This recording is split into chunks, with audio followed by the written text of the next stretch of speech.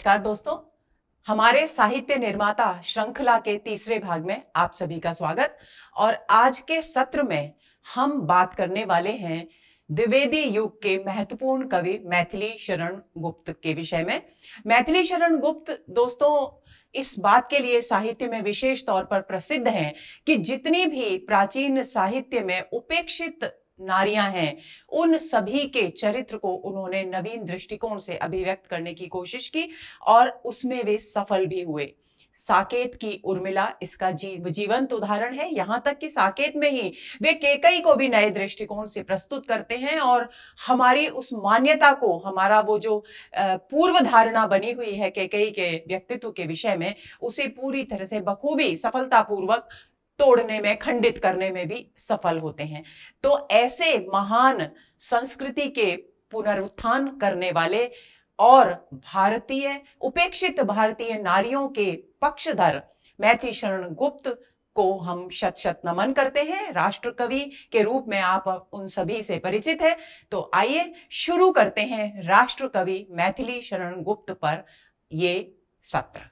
और दोस्तों, सत्र शुरू करने से पहले आपके जो विक्रम सर हैं, उन्होंने इस पे मात्रा लगाना भूल गए हैं वो, तो अब उनकी इस गलती को मैं ढक देती हूं। लेकिन आपको बताना मैं जरूरी समझती हूं कि जल्दबाजी में कई बार बच्चे इस तरह की गलतियां भी करते हैं और आप इस तरह की गलतियां बिल्कुल ना दोहराएं।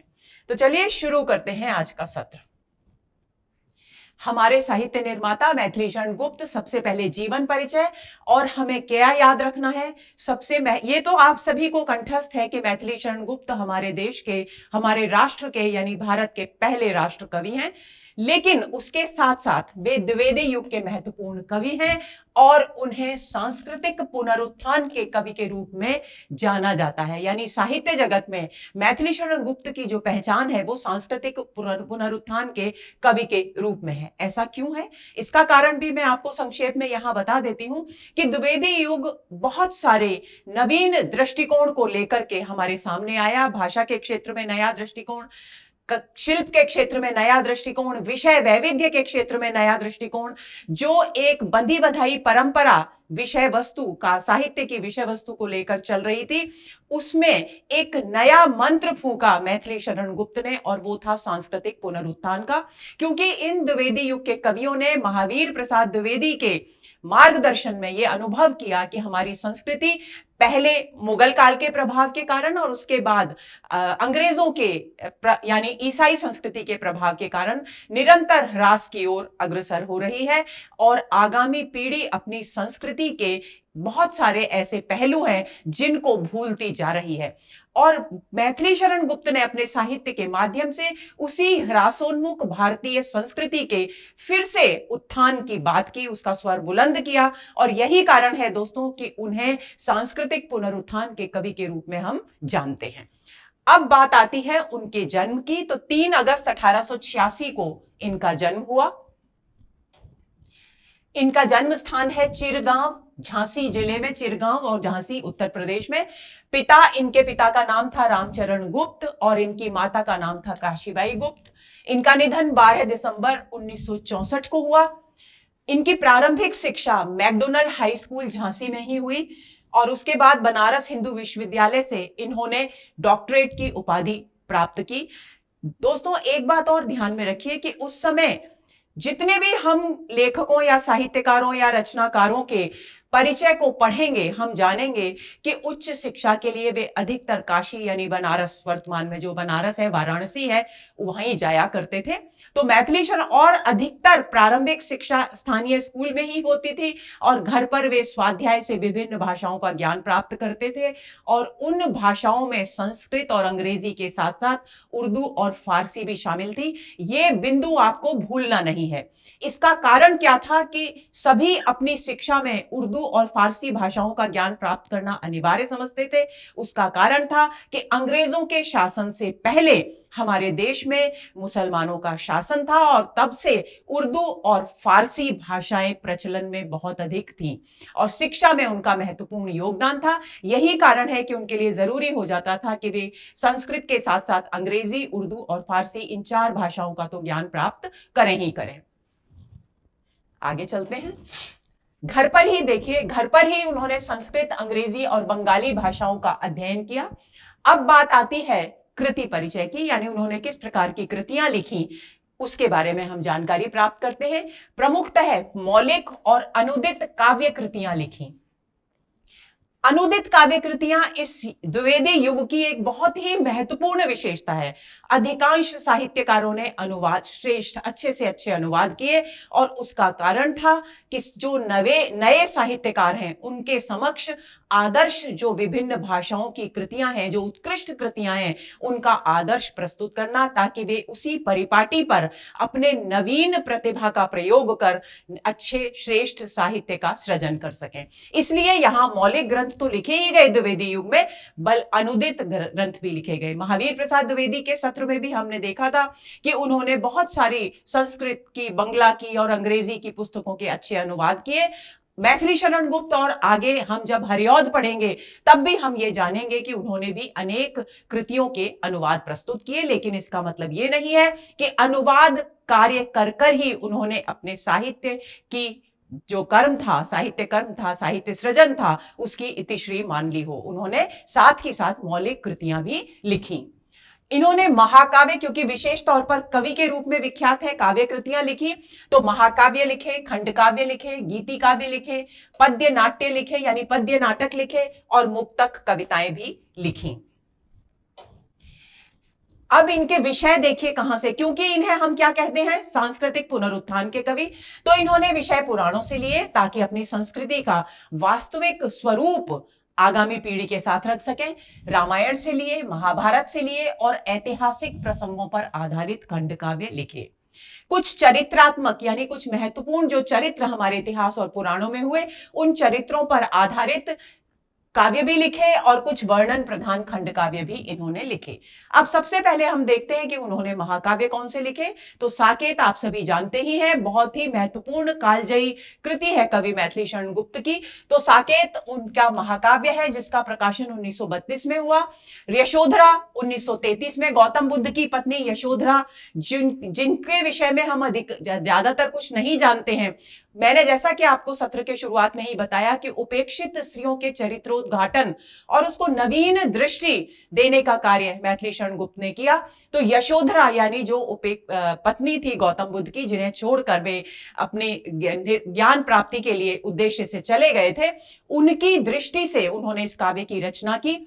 तो जय भारत महाभारत के प्रसंगों पर आधारित महाकाव्य है, 1952 में प्रकाशित हुआ। यानी 1932, 1933 और 1952 में प्रकाशित उनके 3 महाकाव्य हुए, साकेत, यशोधरा और जय भारत। खंड काव्यों की बात आती है तो खंड काव्य उन्होंने, क्योंकि पुराण, रामायण, महाभारत और ऐतिहासिक प्रसंगों पर लिखे, तो पुराणों पर आधारित उनके खंड काव्य हैं। शक्ति 1927 में प्रकाशित हुआ, द्वापर 1936 में प्रकाशित हुआ, नहुष 1940 में प्रकाशित हुआ। रामायण पर आधारित खंड काव्य है पंचवटी, जिसका प्रकाशन 1925 में हुआ। महाभारत पर आधारित खंड काव्य है जयद्रथ वध 1910 में ईस्वी में प्रकाशित, सैरंध्री 1927 ईस्वी में प्रकाशित। सैरंध्री दोस्तों द्रौपदी का ही दूसरा नाम है। जिस वक्त पांडव अज्ञातवास में थे उस समय द्रौपदी सैरंध्री के नाम से रही थी, अपनी वास्तविकता को, अपने वास्तविक स्वरूप को छिपाकर। तो उसी पर आधारित ये काव्य है। वक संहार 1940 में प्रकाशित हुआ, वन वैभव भी 1940 में, और हिडिंबा जो भीम की पत्नी थी 1950 में इसका प्रकाशन हुआ। अब ऐतिहासिक प्रसंगों पर आधारित खंड काव्यों की बात आती है। रंग में भंग जो उनकी सबसे पहली काव्य कृति है 1909 और 10 में प्रकाशित हुई। सिद्धराज 1936 में प्रकाशित हुआ।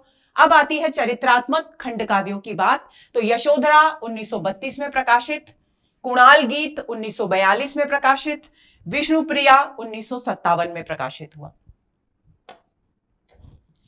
और रत्नावली जो तुलसीदास जी की पत्नी है 1960 ईस्वी में इसका प्रकाशन हुआ। वर्णात्मक खंड काव्यों में उनके 2 खंड काव्य विशेष रूप से महत्वपूर्ण हैं। किसान, जिसका प्रकाशन हुआ 1918 में, जिसमें उन्होंने किसानों की तत्कालीन स्थिति को बहुत सुंदर तरीके से प्रस्तुत किया। अजित 1946 में। अब बात आती है गीति काव्यों की। गीति काव्य वे होते हैं जिनमें गेयता होती है, संक्षिप्तता होती है। वैतालिक 1916 में प्रकाशित गीति काव्य है। स्वदेश संगीत 1925 में प्रकाशित है। झनकार का प्रकाशन हुआ 1929 में और विश्व वेदना 1942 में। इसी प्रकार अंजलि और अर्घ्य 1950 ईस्वी में प्रकाशित हुआ और भूमि भाग 1953 में प्रकाशित हुआ। उन्होंने, मैथिली शरण गुप्त ने कुछ मुक्तक कविताएं, मुक्तक यानी स्वतंत्र कविताएं भी लिखी, जो पद्य प्रबंध जिसका प्रकाशन हुआ 1912 उसमें संकलित है, उच्छ्वास 1936 ईस्वी में प्रकाशित उसमें संकलित है, आर्य 1925 में, मंगलहार 1937 में, आस्वाद 1938 में, स्वस्ति और संकेत 1983 में प्रकाशित हुआ और राष्ट्रवाणी 1986 ईस्वी में प्रकाशित हुए। ये उनकी मृत्यु के बाद, उनके निधन के बाद प्रकाशित ग्रंथ हैं। अब विवरण प्रधान काव्यों की बात आती है। विवरण प्रधान काव्य कौन से होते हैं? जिनमें कि हम बहुत अधिक कवि वर्णन प्रस्तुत करते हैं, बहुत लंबे लंबे वर्णन प्रस्तुत करते हैं, उन्हें विवरण प्रधान काव्य कहा जाता है। भारत भारती उनकी विवरण प्रधान कृति है, जिसका प्रकाशन 1912 ईस्वी में हुआ और एक मैथिली शरण गुप्त को न केवल एक कवि के रूप में जानने की दृष्टि से और उन्हें राष्ट्र कवि के रूप में एक नई पहचान दिलाने की दृष्टि से भारत भारती उनकी जो काव्य कृति है, जो कि विवरण प्रधान कृति है, जिसमें भारत 3 खंडों में विभाजित है। ये कृति अतीत, वर्तमान और भविष्य और भारत के संदर्भ में ये विवरण प्रस्तुत करती है। ये बहुत ही उल्लेखनीय है। हिंदू का प्रकाशन 1925 में हुआ और राजा और प्रजा 1956 में प्रकाशित हुई। कुछ अन्य काव्य कृतियां भी उनकी सामने आई हैं, जिनमें पत्रावली, जिसमें मैथिली शरण गुप्त के पत्रों का संग्रह है, 1916 ईस्वी में प्रकाशित, विकट भट्ट 1928 में, गुरुकुल 1928 में, अर्जन और विसर्जन 1942 में प्रकाशित, काबा और करबला 1946 में प्रकाशित, दक्षिण 1950 में प्रकाशित हुई, युद्ध 1950 में प्रकाशित और कविश्री का प्रकाशन हुआ 1955 में। पद्य नाटकों की बात करें तो अनघ 1925 में प्रकाशित उनका पद्य नाटक है, पृथ्वी पुत्र जिसका प्रकाशन हुआ 1950 ईस्वी में, यह भी उनका एक पद्य नाटक है। जैनी उनका पद्य नाटक 1950 में प्रकाशित हुआ और दिवोदास भी 1950 में प्रकाशित हुआ। इसके अलावा 3 और पद्य नाटक उनके मिलते हैं, लीला, तिलोत्तमा और चंद्रहास, जिनके प्रकाशन वर्ष विश्वस्त रूप से प्राप्त नहीं होते, यानी प्रामाणिक रूप से प्राप्त नहीं होते। अब बात आती है उनकी अनुदित कृतियों की। उन्होंने विशेष तौर पर बंगला, क्योंकि उन्होंने सीखी थी, संस्कृत उन्होंने सीखी थी, तो बंगला और संस्कृत की जो भी श्रेष्ठ कृतियां थी उनकी दृष्टि में, उनके उन्होंने उत्कृष्ट यानी उच्च कोटि के अनुवाद प्रस्तुत किए। बंगला से अनुदित कृतियां हैं, प्लासी का युद्ध जिसका प्रकाशन 1914 ईस्वी में हुआ, विरहिणी वज्रांगना, मेघनाथ वध, मेघनाथ वध का प्रकाशन हुआ 1927 ईस्वी में। और संस्कृत से अनुदित कृतियों में है स्वप्न वासव दत्ता, जो भास का एक नाटक है, और प्रतिमा, ये भी भास का है, अभिषेक और अभिमारक, ये चारों के चारों नाटक संस्कृत के नाटककार भास के हैं, जिनका अनुवाद हिंदी में मैथिली शरण गुप्त ने किया। अब बात आती है कुछ एक महत्वपूर्ण तथ्यों की, जो हमें जानने चाहिए और परीक्षा की दृष्टि से भी बहुत ही महत्वपूर्ण है। सबसे पहली बात कि मैथिली शरण गुप्त ने भी अन्य कवियों की तरह प्रारंभ में ब्रज भाषा में काव्य सृजन किया, लेकिन कालांतर में जब वे आचार्य महावीर प्रसाद द्विवेदी के संपर्क में आए तो उनकी प्रेरणा से उन्होंने खड़ी बोली हिंदी में साहित्य सृजन प्रारंभ किया। उन्होंने अलग अलग नामों से अलग अलग समयों पर अलग अलग उपनाम धारण किए और अलग अलग प्रकार की रचनाएं लिखी। स्वर्णलता नाम से, आप इन सबको कंठस्थ कर लेंगे, स्वर्णलता नाम से उन्होंने बाल्यकाल में, बचपन में ही छप्पय छंद में रचना लिखी। भारतीय और नित्यानंद नाम से उन्होंने अंग्रेजों के विरुद्ध कविताएं लिखी, यानी उन्होंने अपने वास्तविक नाम से काव्य सृजन नहीं किया। अंग्रेजों के विरुद्ध उन्होंने कौन सा नाम अपनाया? भारतीय और नित्यानंद नाम से उन्होंने अंग्रेजों की जो भी नीतियां थी, जो उन्हें पसंद नहीं थी, जो गलत थी भारत के लिए उनकी दृष्टि में, उनका विरोध करते हुए उन्होंने इस नाम से रचनाएं लिखी।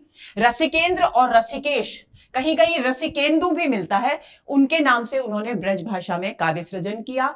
मधुप उपनाम से उन्होंने बंगला रचनाओं के श्रेष्ठ अनुवाद प्रस्तुत किए, यानी अलग अलग प्रकार के साहित्य के सृजन के लिए उन्होंने अलग अलग उपनाम धारण किए। उनकी पहली जो कविता है वो है हेमंत, कंठस्थ कर लेंगे।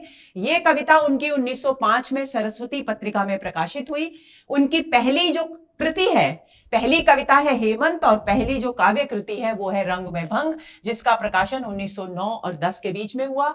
महात्मा गांधी ने उन्हें भारत भारती कृति, जो उनकी विवरणात्मक काव्य है, उसकी लोकप्रियता से प्रभावित होकर राष्ट्र कवि की उपाधि से सम्मानित किया, विभूषित किया। ये बिंदु आपको भूलना नहीं है दोस्तों। ऐसा कहा जाता है, ऐसे उल्लेख मिलते हैं कि राष्ट्रीय आंदोलन के दौरान जब भी कभी क्रांतिकारी या स्वतंत्रता प्रेमी, स्वाधीनता प्रेमी भारत के युवक युवतियां जब अपने किसी भी मुहिम पर निकलते थे, तो देश भावना को, देशभक्ति की भावना को जगाने के लिए वे भारत भारती के प्रसंगों का गायन करते थे। और इसी बात ने, इसी लोकप्रियता ने महात्मा गांधी को बहुत अधिक प्रभावित किया, क्योंकि राष्ट्र कवि की भारत भारती कृति राष्ट्रीय भावनाओं को जागृत करने का एक बहुत ही प्रभावशाली माध्यम सिद्ध हुई, और इसी से प्रभावित होकर उन्होंने उन्हें राष्ट्र कवि की उपाधि से विभूषित किया। 1952 से 64 तक वे राज्यसभा के मनोनीत सदस्य भी रहे। 1954 में उन्हें पद्म भूषण से भी अलंकृत किया गया। अब बात आती है कि विद्वानों के क्या विचार हैं कवि मैथिली शरण गुप्त के विषय में। तो सबसे पहले हम हिंदी साहित्य कोश भाग 2 की बात करते हैं। वहां लिखा है कि इन्होंने, यानी मैथिली शरण गुप्त ने, 2 महाकाव्यों और 19 खंड काव्यों का प्रणयन किया। यानी जो कृतियां उल्लिखित हैं उनकी संख्या है 2 महाकाव्य और 19 खंड काव्य मैथिली शरण गुप्त के द्वारा। परंतु इस विपुलता में पिष्ट पेषण नहीं है। बहुत ही महत्वपूर्ण बात है कि इतने विपुल साहित्य का उन्होंने सृजन किया, लेकिन उसमें फिर भी कहीं हमें पिष्ट पेषण नहीं मिलता। पिष्ट पेषण का मतलब क्या है? एक ही बात को बार बार दोहराना, बार बार कहना, जिससे कि काव्य नीरस हो उठता है और पाठक भी ऊब उठते हैं और उतनी प्रभावशालिता उसमें नहीं रहती। इसलिए वहां पिष्ट पेषण नहीं है, ये हिंदी साहित्य कोश स्वीकार करता है। उसके बाद वरन आधारभूत पृष्ठभूमि का समयोचित विस्तार है। कहने का तात्पर्य है कि जिस पृष्ठभूमि को, जिस विषय वस्तु को कवि ने आधार बनाया है अपनी किसी भी कृति में, वहां उसको आवश्यकता अनुसार उसका विस्तार किया गया है। अर्थात इनके काव्यों में जीवन का अनंत वैविध्य और विस्तार समाहित है। यह पंक्ति बहुत महत्वपूर्ण है कि इनके काव्यों में जीवन का अनंत वैविध्य और विस्तार समाहित है। इसे ध्यान रख लेंगे कि यह हिंदी साहित्य कोश में गुप्त जी के विषय में कहा गया है। इस कथन का अर्थ है कि जीवन का में जितने भी विविधात्मकता है, उन सब के दर्शन हमें मैथिली शरण गुप्त की काव्य कृतियों में होते हैं, और समयानुकूल, प्रसंगानुकूल उनका जितना विस्तार अपेक्षित है, कवि ने उतना विस्तार किया है।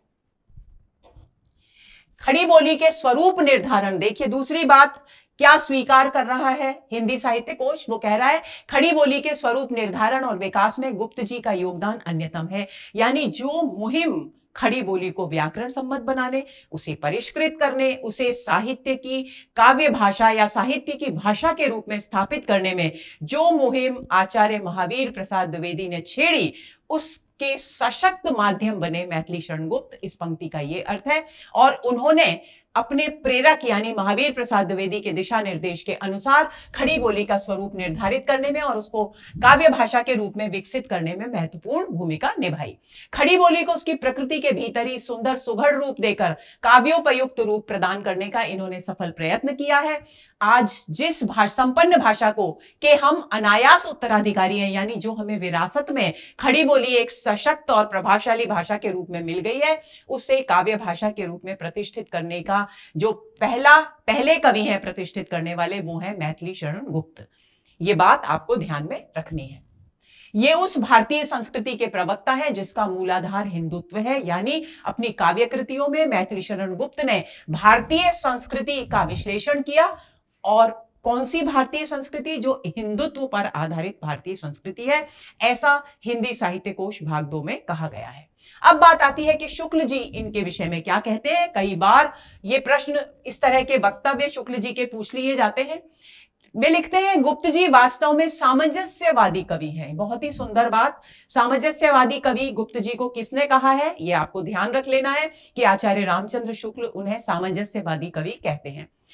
प्रतिक्रिया का प्रदर्शन करने वाले अथवा मद में झूमने या झीमने वाले कवि नहीं। यानी वे किसी भी असंगत बात को देखकर उस पर तीखी प्रतिक्रिया व्यक्त नहीं करते, बल्कि सामंजस्यपूर्ण विवरण प्रस्तुत करते हैं। सब प्रकार की उच्चता से प्रभावित होने वाला हृदय उन्हें प्राप्त है। यानी जो कुछ भी उच्च कोटि के आदर्श हो, उच्च कोटि का जीवन हो, उच्च कोटि के जीवन मूल्य हो, उच्च कोटि की भावनाएं हो, वे सब गुप्त जी को प्रभावित करती हैं।